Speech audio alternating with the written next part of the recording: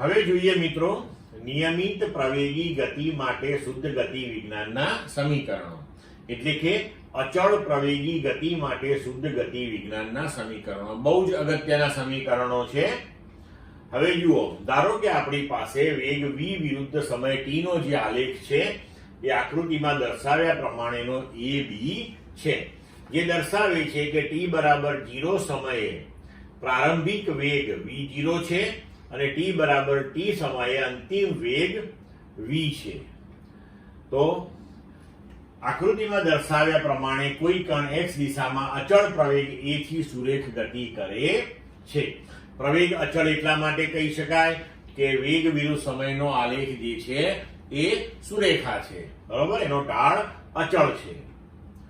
હવે t બરાબર 0 સમયે તેનો વેગ v0 છે અને t બરાબર t સમયે તેનો વેગ v છે.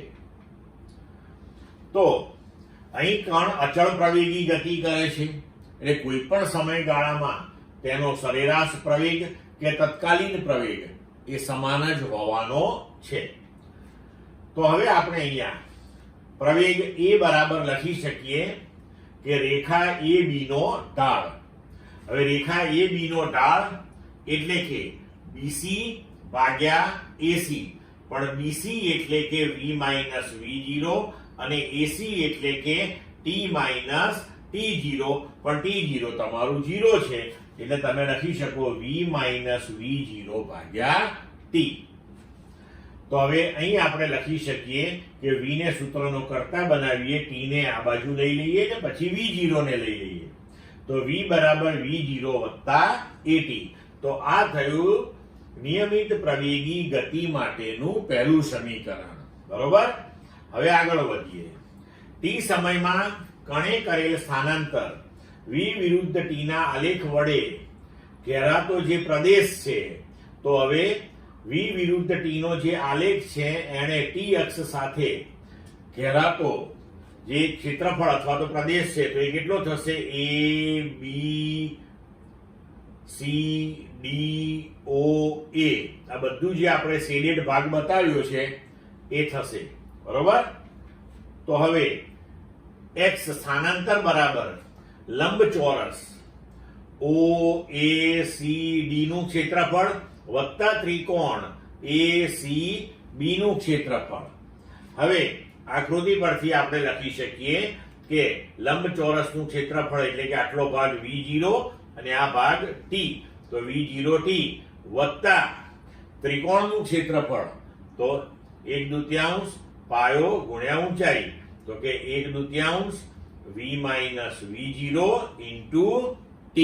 હવે આ જે સમીકરણ આપણને મળ્યું છે એની અંદર આપણે v0t વત્તા હાફ, હવે આ v જે છે એનું મૂલ્ય આપણે સમીકરણ 1 માંથી મૂકી દઈએ, તો કે v0 વત્તા at માઇનસ v0 તો અહીં છે જ ઇન્ટુ t. તો આ v0 કેન્સલ થઈ જશે.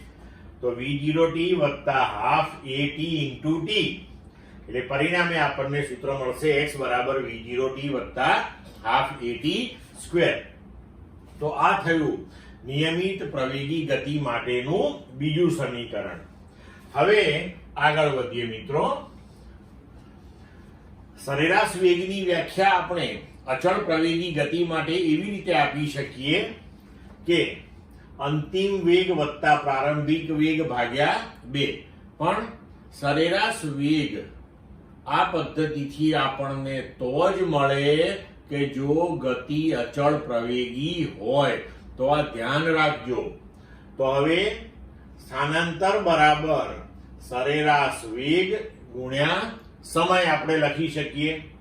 તો હવે આ સમીકરણની અંદર આપણે આગળના સમીકરણ 1 માંથી t નું મૂલ્ય v માઇનસ v0 ભાગ્યા a મૂકી દઈએ, તો v વત્તા v0 બાય 2 v ઓછા v0 બાય a.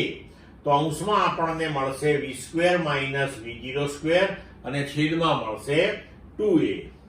તો આને આપણે લખી શકીએ v square minus v0 square બરાબર 2ax.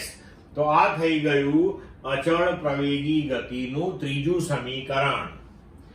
હવે જો અહીંયા આગળ આપણે એવું વિચારી લીધું હતું કે કણનું સ્થાન t બરાબર 0 સમયે શૂન્ય છે, પણ ધારો કે t બરાબર 0 સમયે કણનું સ્થાન x0 હોય તો આ બધા સમીકરણો આપણે વ્યાપક રૂપે આવી રીતે લખી શકીએ કે v બરાબર v0 વત્તા at, એમાં તો x છે જ નહીં.